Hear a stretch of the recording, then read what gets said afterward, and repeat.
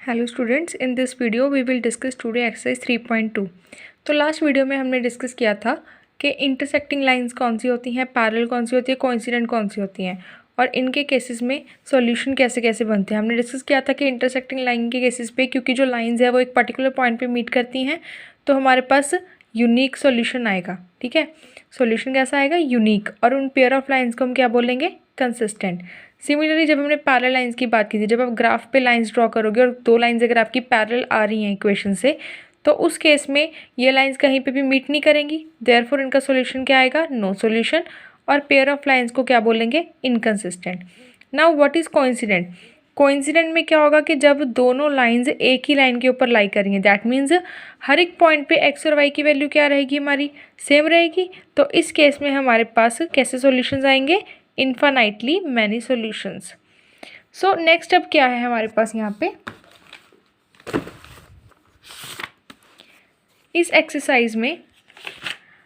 अब जो नई चीज़ और इंट्रोड्यूस हुई है, एक तो हम चेक कर सकते हैं कि लाइंस हमारी इंसिडेंट है, कोइंसिडेंट है या पैरेलल है बाय ड्राइंग द ग्राफ। अगर हमने बिना ग्राफ ड्रॉ करे चेक करना है कि जो लाइंस है वो इंटरसेक्टिंग है या नहीं है, कोइंसिडेंट है या पैरेलल है, क्या है क्या नहीं, तो हम कैसे चेक करेंगे?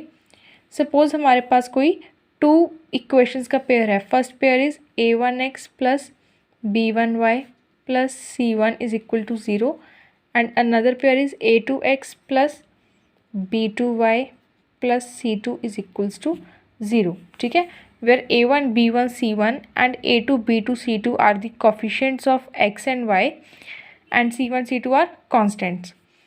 नाउ अब अगर हमारी जो लाइंस इंटरसेक्टिंग होगी उस केस में क्या होगा? a1 बाय a1 a2 की जो रेशो है और b1 b2 की जो रेशो है वो दोनों आपस में इक्वल नहीं आएंगी। क्या करना क्या है? अगर हमारी a1 बाय a2 की रेशो और b1 बाय b2 की रेशो अगर इक्वल नहीं आ रही हैं तो हम क्या बोलेंगे कि हमारी लाइंस क्या हैं? इंटरसेक्टिंग लाइंस हैं। इंटरसेक्टिंग लाइंस हैं, सॉल्यूशन कैसा रहेगा? यूनिक रहेगा। और पेयर ऑफ लाइंस को क्या बोलते हैं हम? कंसिस्टेंट। अब कोइंसिडेंट अगर होंगी तो क्या होगा? a1 by a2 is equal to b1 by b2 is equal to c1 by c2। तीनों की रेशो क्या आ जाएगी हमारे पास? सॉल्व करके इक्वल आएगी। तो इस केस में सॉल्यूशन क्या होता है हमारा? It has infinitely many solutions. And pair of lines को भी क्या बोलते हैं? कंसिस्टेंट। अब रहेगा थर्ड केस पैरेलल का। पैरेलल के केस में क्या होगा? a1 by a2 is equals to b1 by b2 तो होगा, but not equal to c1 by c2। तो इस केस में हमारे पास क्या रहेगा जी? No solution. And pair of lines are called inconsistent. ठीक है, तो अब हम ये चीज़ एग्जाम्पल लेके सॉल्व करते हैं। क्वेश्चन है हमारे पास x plus 3y is equals to 6 and 2x minus 3y is equals to 12। जब आप कंपेयर करोगे a1 a2 के साथ, this is your a1 is equals to 1 coefficient of x, b1 is equals to 3 and c1 is equals to, अब ये देखिए ये equal to 6 है, 6 को भी लेफ्ट साइड ले जाएंगे, बन जाएगा -6 इक्वल टू 0। सेम यहाँ पे भी ये लेफ्ट साइड ले जाके -12 इक्वल टू 0 आ जाएगा। ठीक है, सो c1 क्या है हमारा यहाँ पे? -6। इन द सेम वे अब इस इक्वेशन की बात करें, a2 is 2, b2 is -3 and c2 is -12। Ratio ले लो, हमें a1 बाई a2 क्या आई है? 1/2 एंड b1 बाई b2 क्या आई है आप लोगों की? 3/-3 दैट इज -1। क्लियरली विजिबल है, ये देखिए a1 by a2 is not equal to b1 by b2, ये हाफ वैल्यू आ रही है, ये -1 आ रही है। Since a1 by a2 is not equal to b1 by b2, therefore lines are intersecting। तो इस केस में हमारी लाइंस क्या रहेंगी? इंटरसेक्टिंग रहेंगी। ठीक है, इन द सेम वे हम पैरेलल चेक कर सकते हैं और इन्फाइनाइटली कोइंसिडेंट लाइंस भी चेक कर सकते हैं। अभी फर्स्ट क्वेश्चन देखते हैं। Form the pair of linear equations in the following problem and find their solution graphically. सबसे पहले तो जो स्टेटमेंट गिवन है इससे आपको क्या करनी है, इक्वेशन बनानी है, देन इसको ग्राफिकली सॉल्व करके दिखाना है, क्योंकि जब ग्राफिकली सॉल्व करेंगे तभी हमारे पास एक्स एंड वाई की वैल्यू आएगी। So what is your first question? 10 students of class 10 took part in a mathematics quiz. If the number of girls is 4 more than the number of boys, find the number of boys and girls who took part in the quiz. तो first of all आप लोगों को क्या कहा गया है कि total कितने स्टूडेंट्स हैं जिन्होंने क्विज़ में पार्टिसिपेट किया है, वो 10 है ना, और बॉयज़ और गर्ल्स की कंडीशन गिवन है। तो सबसे पहले आप सपोज क्या करेंगे, let number of boys is equals to x, right, and number of girls क्या लेट कर लोगे आप लोग, वाई, है ना, अकॉर्डिंग टू क्वेश्चन। अब सबसे पहले तो उन्होंने यही बोला कि टोटल 10 स्टूडेंट ने पार्टिसिपेट किया है, that is x plus y is equals to 10, number 1 condition. Also इन्होंने क्या बोला है हमें, they are saying number of girls is 4 more than number of boys. जो गर्ल्स हैं वो बॉयज़ से 4 ज़्यादा हैं इन नंबर, मीन्स गर्ल्स को हमने क्या लिया था यहाँ पे, y is equals to x plus 4, boys से 4 क्या है, ज़्यादा है। इसको हम प्रॉपर वे में लिख लेंगे तो इक्वेशन क्या बन जाएगी हमारे पास, नहीं भी चेंज करेंगे, ऐसे ही ठीक है, चलो ऐसे ही रख लेते हैं, नंबर 2। तो अब हम क्या बनाएंगे इन इक्वेशन से, ग्राफ, ये फर्स्ट के लिए एंड ये हमारा सेकंड के लिए।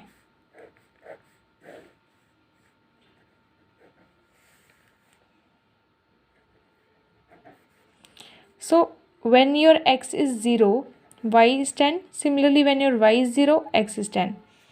अब यहाँ पे करते हैं, when your x is 0, y is 4, and when your x is 6, y is 10.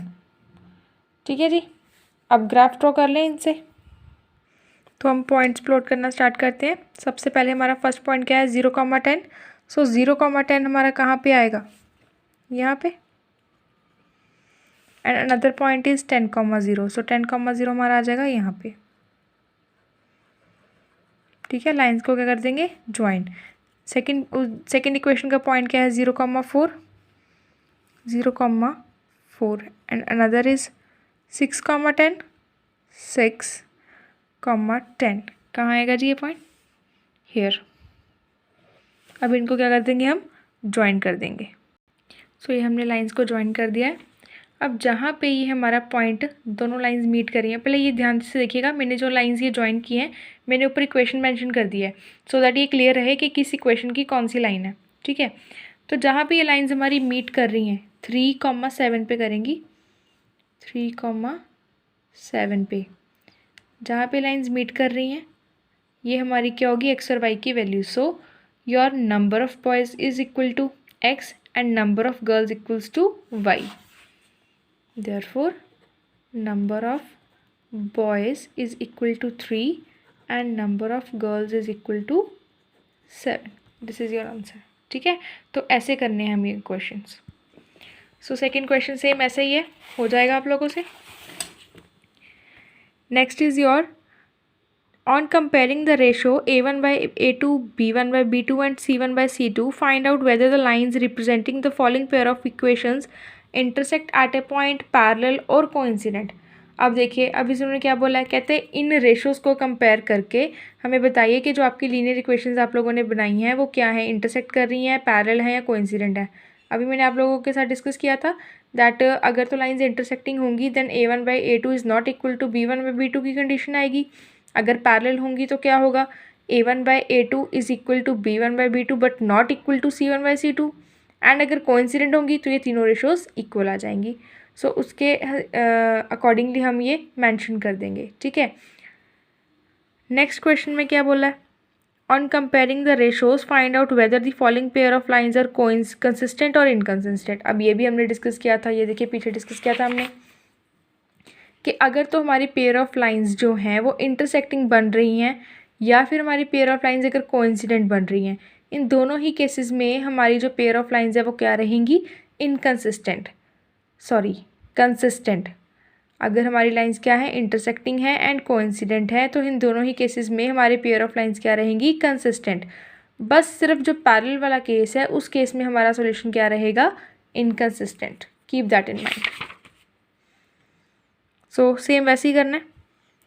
अब नेक्स्ट क्वेश्चन में क्या बोला है, which of the following pair of linear equations are consistent और inconsistent, if consistent obtain the solution graphically. अब इसमें क्या बोला है, अब देखो पहले आप लोग चेक करोगे कि जो सॉल्यूशंस आ रहे हैं वो आपके जो रेशोज आ रही हैं वो उनसे आप प्रिडिक्ट करोगे कि वो इंटरसेक्टिंग लाइंस बना रही हैं या पैरेलल बना रही है, कोइंसिडेंट बना रही है ना।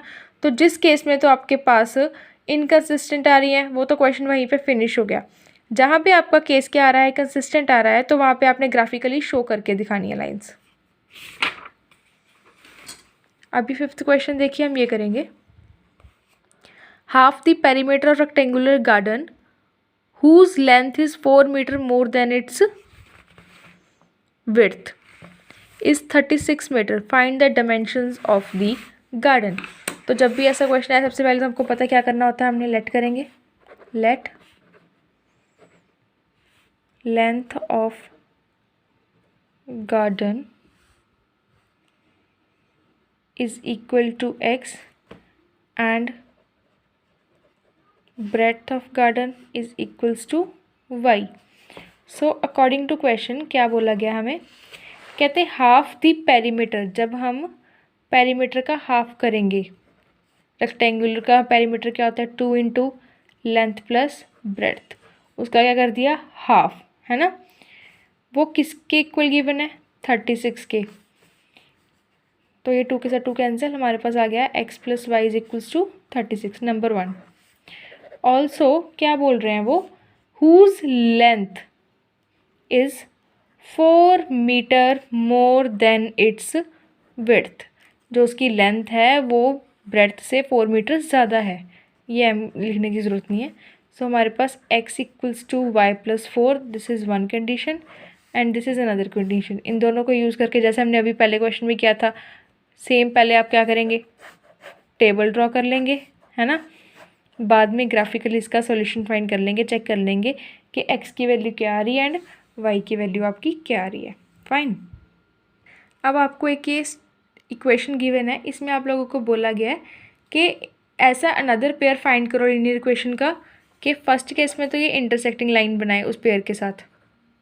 अब देखो आपने जो पहले इक्वेशन का मतलब दूसरा पेयर ऐसा चूज़ करना है, ऐसी इक्वेशन लेनी है, क्योंकि इंटरसेक्टिंग की हमें पता ना कंडीशन क्या होती है, a1/a2 is not equal to b1/b2। तो हमें ऐसे चूज़ करने हैं नंबर्स के जब आप रेशोज़ लोगे तो ये दोनों इक्वल ना आए, है ना। तो अगर जैसे आप इसमें ले सकते हो 3x plus 7y, sorry 3x ले लिया, तो यहाँ पे हम ले सकते हैं, हाँ ठीक है 7y ले सकते हैं, इज़ माइनस 8 ले लो 7 ले लो, वो कोई फ़र्क नहीं पड़ेगा, ठीक है, equal to 0। So this is the another pair of equation. कैसे, अब आप चेक कर लो ना, a1 क्या है हमारे यहाँ पे 2 है, यहाँ पे a2 क्या है हमारा 3 है। सो 2/3 आ रही है आपकी a1/a2। b1/b2 की रेशो देखो, b1 क्या है 3 है, b2 क्या है 7 है। सो a1/a2 is not equal to b1/b2। बन गया ना इंटरसेक्टिंग लाइन्स हमारे पास। वैसे अब इसी के साथ ऐसा पेयर चुनो कि वो क्या हो जाए, हमारे पास पैरेलल बन जाए। अब पैरेलल के लिए हमें पता है हमें क्या कंडीशन चाहिए, कि इनकी a1/a2 और b1/b2 तो इक्वल आ जाए, बट जो कांस्टेंट है वो डिफरेंट हो। तो वो पैरेलल के लिए क्या केस होगा,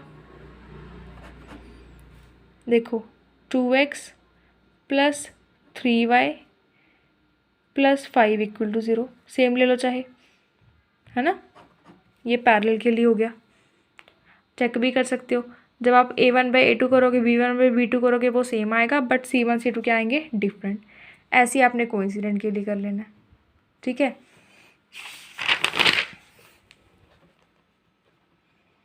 ये इक्वेशन है ना, तो कोइंसिडेंट के लिए हम क्या लिख सकते हैं, 4x plus 6y minus 16 equal to 0। जब आप रेशो लोगे 2/4 is equals to 3/6 is equals to -8/-16, cutting करोगे सबकी वैल्यू हाफ हाफ आएगी, है ना। So A1/A2 is equal to B1/B2 is equals to C1/C2। So हमारा ये पेयर ऑफ लाइन्स कैसी बन गई यहाँ पे, कोइंसिडेंट। अगर हम बात करें अब लास्ट क्वेश्चन की, इसमें क्या बोला गया है आपको, कहते हैं draw the graph of the equations, determine the coordinate of the vertices of the triangle formed by these lines and the x-axis and shade the triangular region। सबसे पहले तो इन दोनों इक्वेशन से हमने क्या ड्रॉ करना है, ग्राफ। अब ये बनेगा कैसे, जब आप ग्राफ ड्रॉ करोगे ना, ये लाइंस जैसे कहीं पे इंटरसेक्ट करेंगी, ये एक ट्रायंगल बनाएंगी। देखिए सपोज डायग्राम आपकी ऐसी बनी है ना, तो उन्होंने क्या बोला, एक लाइन इक्वेशन की लाइन ये होगी, ये अनदर इक्वेशन की लाइन होगी, है ना, और ये नीचे क्या है, हमारी एक्स एक्सिस होगी। तो इन तीनों से हमारे पास क्या बन गई, ट्रायंगल बन गई। कहते कोऑर्डिनेट फाइंड करो उस ट्रायंगल के उस वर्टिसेस का जहाँ पे ये दोनों लाइंस मीट कर रही हैं, एक ये पॉइंट का, एक ये पॉइंट का, एक ये पॉइंट का। तीनों का पहले क्या भर दोगे, वर्टेक्स फाइंड कर लोगे, ये तो पता चल ही जाएंगे इजीली, ये आप फाइंड कर सकते हो, आपको पता चल जाएगा ना कि ये कहाँ एक्स और वाई को कहाँ पे कट कर रहे हैं। सो ये पॉइंट भी आ जाएगा। बाद में जो आपका जो ये रीजन है, ट्रायंगल वाला रीजन है, इसको शेड करने के लिए बोला है। That's all. ठीक है जी, थैंक यू। और इसी के साथ आपकी 3.2 है जो वो फिनिश हो चुकी है।